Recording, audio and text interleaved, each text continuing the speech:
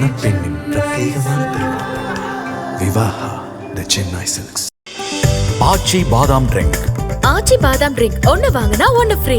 பழைய நகையை கொடுத்து வைட் 11 மந்த்ஸ்ல அதே எடைக்கு புது நகையை எடுத்துக்கோங்க. எக்ஸ்ட்ராவா ₹1 தர வேண்டாம். Magic old gold exchange. அதுல அவர் ஒரு நாள் காலையில நான் இப்ப இருக்கிற வீட்லயே தூக்கு போட்டு இறந்துட்டார். பையன் வேலைக்கு போனான். என்னமோ அங்க பிரச்சனை எனக்கு இன்னமும் தெரியல. வந்தான், சூசைட் பண்ணான், செத்துட்டான். இது ரெண்டு நடந்ததுல இருந்து எனக்கு இப்ப ஏதாவது ஒன்று நெகட்டிவா நடக்கும்போது பேசாம சூசைட் பண்ணிக்குவோமா அப்படின்னு தோணுது. 2 பெண் குழந்தைகளும் வேறு வேறு சூழல் நடந்தப்ப ஒரு பையன் என்னை தொந்தரவு பண்ணிட்டே இருக்காமா, பேசாம சூசைட் பண்ணி செத்துடலாமான்னு தோணுதுமா அப்படின்னு ஒரு பொண்ணும், இன்னொரு பொண்ணு வந்து மார்க் நான் எதிர்பார்த்த மாதிரியே வரல, என்ன நான் எனக்குலாம் சில நேரங்கள்லாம் சூசைட் பண்ணி சாகலாமான்னு தோணுது. இது என்ன சார் எங்கள் ஃபேமிலிக்கு என்ன இது சாபமா, இல்லை நாங்கள் இப்படி தான் இருப்போமா? இந்த தப்பை நீங்களும் நானும் இதை இப்போ பார்த்துக்கிட்டு இருக்கிறவங்களும் வேறு வேறு முறைகளில் செய்யறோம் அப்படின்றது உண்மை. உங்களுக்கு கூட ஆக்சிடெண்ட்டில் கால் போயிடுச்சு இல்லை அப்படின்னு 2 பேரும் சூசைட் பண்ணிட்டாங்க. அப்போ உடனே இன்டைரக்டாக ஒரு சொசைட்டியோட இந்த அம்மா ஒரு வேலை சரியில்லையோ. இப்போ கணவன் மனைவி பார்க்குறோன்னு வைங்களேன், உங்களுக்கு எத்தனை குழந்தைங்க அப்படின்னு கேட்டுருவோம். அது குழந்தை இருக்கா இல்லையா, குழந்தை இருந்து இறந்து போச்சா எதுவும் தெரியாது நமக்கு. ஆனால் எடுத்ததும் கேட்டுருவோம். அதுக்கு பதில் அண்ணா ஏகப்பட்ட பிளட் டொனேஷன் பண்ணியிருக்காரு, உடம்பை வந்து தானமாக எழுதி கொடுத்துருக்காரு, அவங்க செய்த சிறப்பான பார்வை. இதை யாருமே சொல்ல மாட்டாங்க, நீங்கள் தான் சொல்லணும். நீங்கள் உலகத்துக்கு சொன்னால் கூட அப்பேற்பட்டவன் ஏன் தூக்கு போட்டுட்டான்.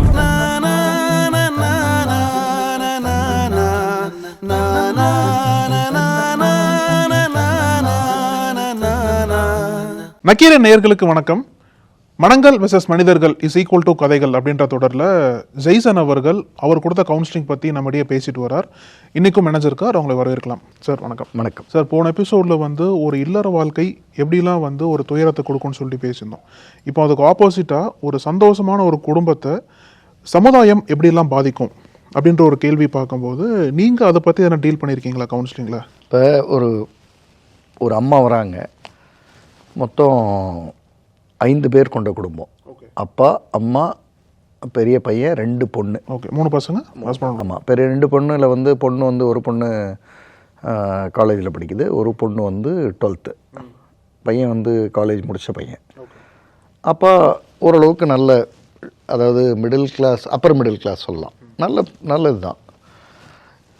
இந்த அம்மா பேச ஆரம்பிக்கிறாங்க. சரி, ஏதோ சூழல்லாம் ரொம்ப பெருசு, அதுக்குள்ளே நான் போகல. நிறைய பிரச்சனைகள் ஏதோ இப்படி வந்துச்சு. அதில் அவர் ஒரு நாள் காலையில் நான் இப்போ இருக்கிற வீட்லேயே தூக்கு போட்டு இறந்துட்டார். சூசைட். ரைட். பெரிய ஷாக் எங்களுக்கு. எப்படியோ அதிலேருந்து எந்திரிச்சு வந்தோம். ஃபினான்ஷியலாக ஒன்றும் பிரச்சனை இல்லை எனக்கு. எங்கள் அப்பா அம்மா வீடும் நல்ல இது, அவருமே என்னை நல்லா வச்சுருந்தார், கேஷு அது இதெல்லாம் ஒன்றும் பிரச்சனை இல்லை. பையன் வேலைக்கு போனான், காலேஜ் முடித்தா வேலைக்கு போனான். என்னமோ அங்கே பிரச்சனை எனக்கு இன்னமும் தெரியல. அவன் ஒரு பொண்ணை விரும்பினான்னு சொல்கிறாங்க, எனக்கு அப்படி தெரியலை. அல்லது அங்கே ஏதோ என்னமோ பிரச்சனைன்றாங்க, எனக்கு தெரியல. வந்தான், சூசைட் பண்ணான், செத்துட்டான். அவனும் இதே தான். இது 2 நடந்துச்சு சார். இப்போ இது இல்லை பிரச்சனை. இது 2 நடந்ததுலேருந்து எனக்கு இப்போ ஏதாவது ஒன்று நெகட்டிவாக நடக்கும்போது என்னையும் அறியாமல் பேசாமல் சூசைட் பண்ணிக்குவோமா அப்படின்னு தோணுது. ரொம்ப கஷ்டம் சார். இதை வந்து நான் இல்லை, அவங்க 2 பேர் இறப்புனால இது நமக்கு இப்படி தோணுது, அப்படிலாம் பண்ணக்கூடாது, நம்ம குழந்தைங்க இருக்காங்க அப்படின்னு நான் கொஞ்சம் சரியாயிடுறேன்.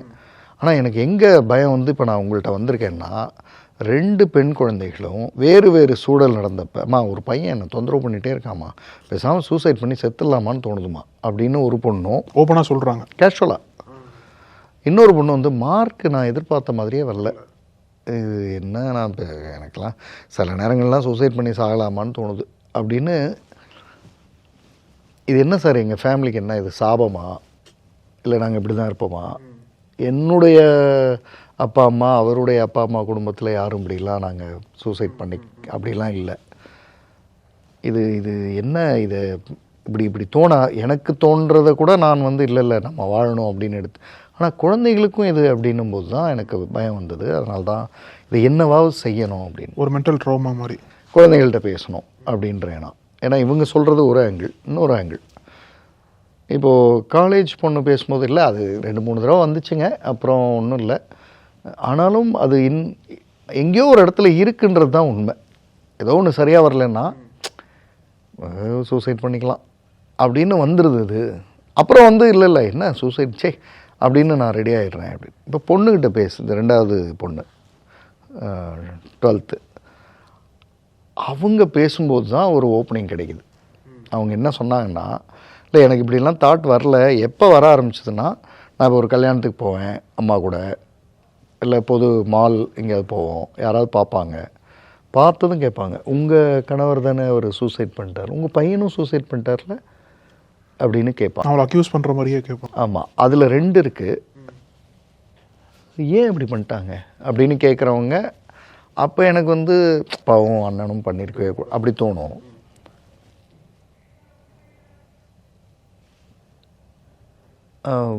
அப்புறம் பிரச்சனைகள் நம்ம சொல்கிறோங்க நிறையா, ஆனால் பிரச்சனைகள் வரும்போது அப்படி தாங்க டக்குன்னு நடந்துருது.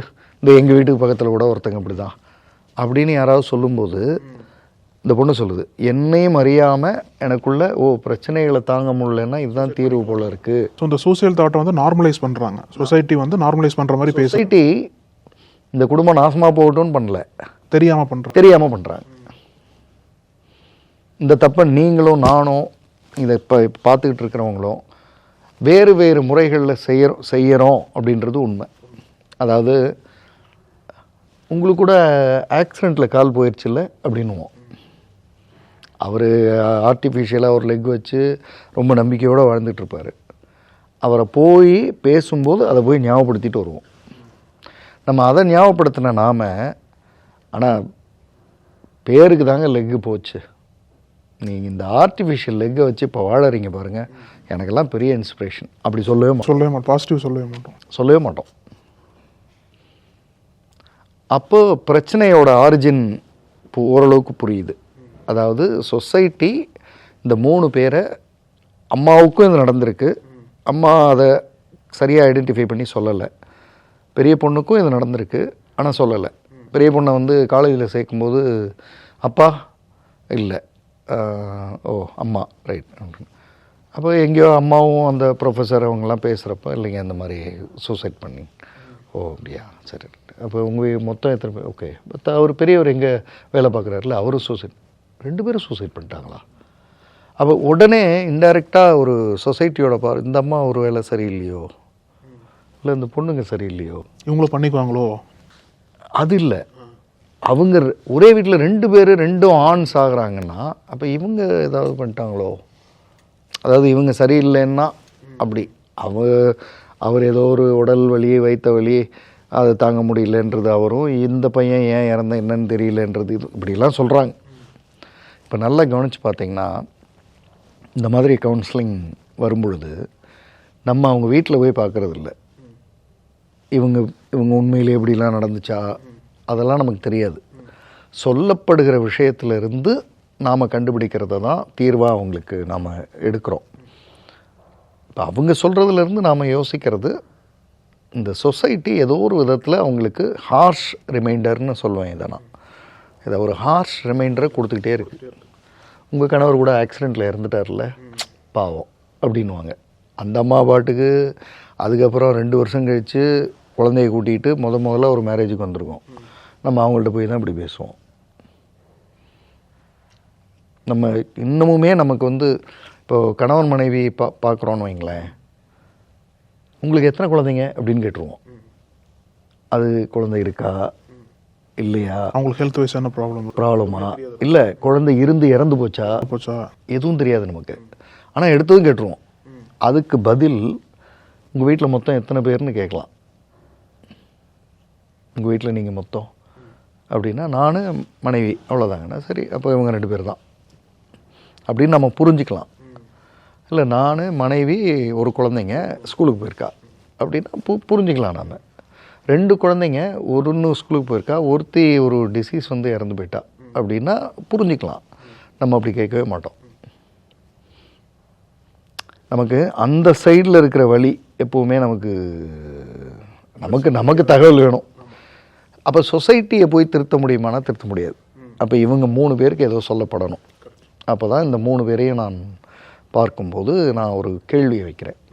அதாவது இந்த சொசைட்டி இப்படி பண்ணிச்சு, அப்பா பண்ணாங்கன்னா, நான் பெண்கள்கிட்ட தான் பேசும்போது கேட்டேன், அப்பா இதுவரை செஞ்சதுலேயே மிகச்சிறப்பான விஷயம்னா எதை சொல்லுவீங்க?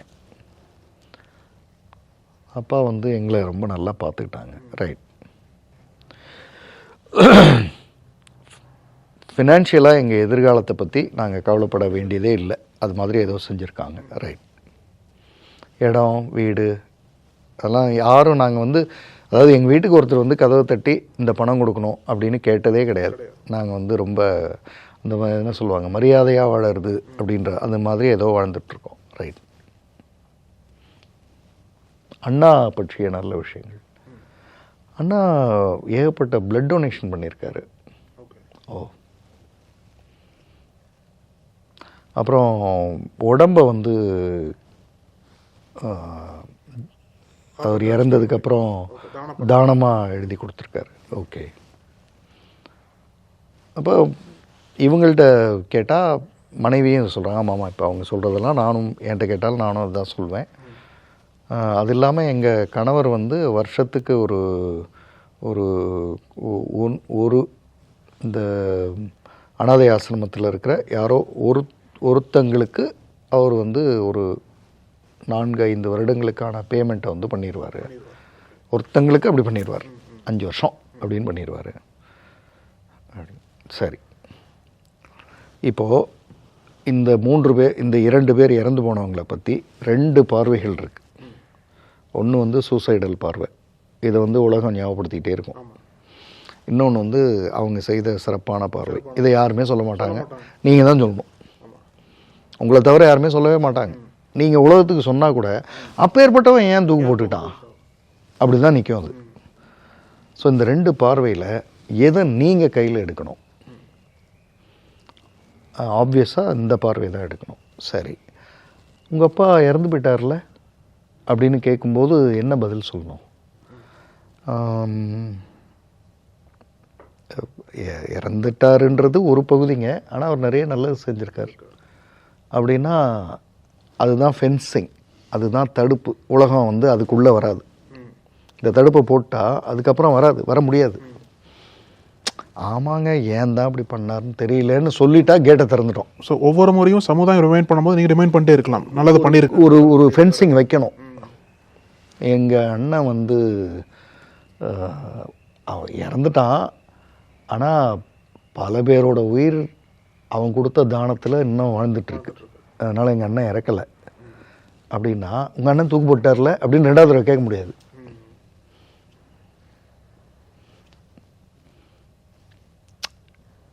அதாவது போருக்கு போகும்போது எல்லையை பாதுகாக்கிறதுக்கு நம்ம முதல்ல ஒரு செட் அனுப்புகிறோம்ல சோல்ஜர்ஸ், உண்மையான, அதாவது நான் ஒரு ஒரு ஒரு ஒரு சின்ன ஆர்ட் ஒன்று பார்த்தேன், ஓவியம்.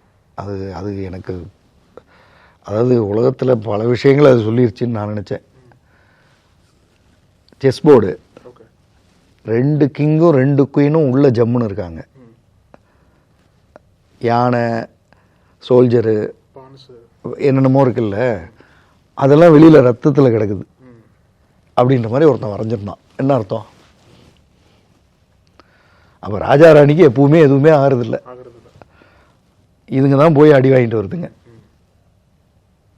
அப்படின்னா இதுங்க தான் நல்லது. அந்த நல்லது நமக்கும் மனசில் இருக்குது, அதை வச்சு தான் கெட்டதை வந்து ஃபேஸ் பண்ணணும், நாம தான் சொல்லணும்.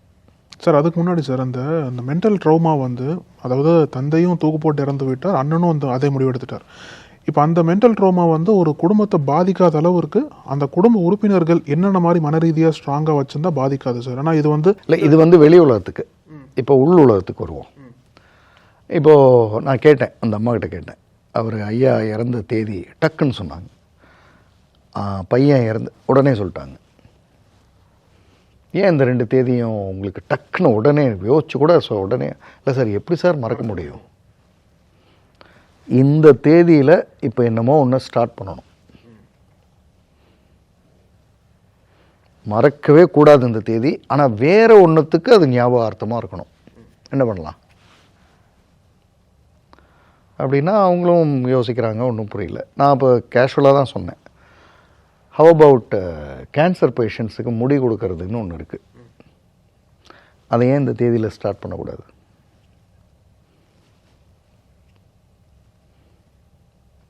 ஏன்னா இந்த தேதிக்கு இந்த தாட் ப்ராசஸ்னு செட்டில் ஆகிருக்கு.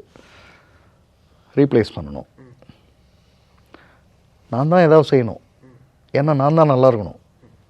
நீங்கள் உயிர் வாழறது செல்ஃபிஷ் இல்லை, செல்ஃப்.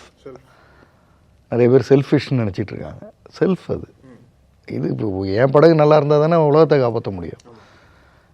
அப்போ இந்த தேதியை, ஆமாம் அவர் இறந்த தேதி, ஆனால் அப்படின்னு ஒரு லைன் வரணும். இப்போது சூசைட் பண்ணுற மனிதர்களுக்கு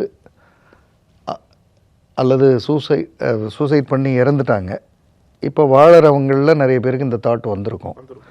சூசைட் பண்ணுறதுனால ஒரு ஃபேமிலிக்கு என்னென்ன ப்ராப்ளம்லாம் வருதுன்றதை பேசுகிறதுக்கான தகுதி படைத்த ஒரே ஆள் யார்? இந்த அம்மா தான், அல்லது இந்த குழந்தைங்க தான். அப்போ ஹவ் அபவுட் அந்த தேதியில் ஒரு ஸ்கூலில் அல்லது ஒரு பொது இடத்துல சூசைட்னா என்ன அப்படின்ற ஒரு லெக்சரை கொடுக்கறது யார் செய்யணும்? இதையே நான் சொன்னேன்னா, அந்த அம்மா ஒரு நல்லா பேசக்கூடியவங்க. இப்போ அதை ஏன் செய்யக்கூடாது நம்ம? இப்போ இந்த கேள்விகளோடு இந்த செஷன் முடிஞ்சிருது. ஆனால் ஆச்சரியம் என்னென்னா, அதுக்கப்புறம் அவங்க இது மாதிரி ஒரு 4-5 விஷயங்களை அது வெளியில் சொல்ல வேண்டாம்னு அவங்க சொல்லியிருக்கிறதுனால அது வேண்டாம், 4-5 நல்ல விஷயங்களை எடுத்து அதை செய்ய ஆரம்பிச்சிட்டாங்க. இப்போ அவங்களுக்கு அதே தேதி அந்த நல்ல விஷயங்கள்ன்றதுக்கு போயிடுச்சு. நீங்கள் நான் சார்ந்த ஒரு குடும்பம் இருக்குது, அதில் ஒரு 30 ஃபேமிலி மெம்பர்ஸ் நமக்கு ரொம்ப க்ளோஸாக. இப்போ ஒரு பேப்பர் எடுத்து வருஷலாக எழுதுனா அப்பா, அம்மா, தாத்தா, சித்தப்பா, பெரியப்பான்னு ஏதோ எழுதிடுவோம். இவங்க எல்லாம் ஒரு நாள் இல்லை, என்ன பண்ணுவேன்? ஏற்றுக்க முடியாது. அன்னைக்கு ஏற்றுக்க முடியாது. ஆனால் இதை இப்போது ஒரு முறையோ 2 முறையோ 5 முறையோ 10 முறையோ நினச்சிட்டோம்னா, நாம் அடிக்கடி ஒரு வார்த்தையை சொல்கிறோம், இறந்ததுக்கப்புறம் நினச்சே பார்க்கலன்னு. நான் என்ன சொல்கிறேன், ரிவர்ஸில் நினச்சி பார்த்துருங்களேன். நக்கீரன் டிவிக்கு சப்ஸ்கிரைப் செய்யுங்கள். உங்கள் ஆதரவே எங்கள் பலம். ஆசிரியர்களுக்கு நண்பனாகவும் மாணவர்களுக்கு ஆசானாகவும் திகழும் தேர்வு வழிகாட்டி. ஒவ்வொரு பாடத்திற்கும் அனுபவமிக்க ஆசிரியர்களின் துல்லியமான தெளிவான விடைகள். CNC இருக்கு, தேர்வு பயம் எதற்கு? இது தீரன் பப்ளிஷிங் ஹவுஸ் விற்பனை வெளியீடு.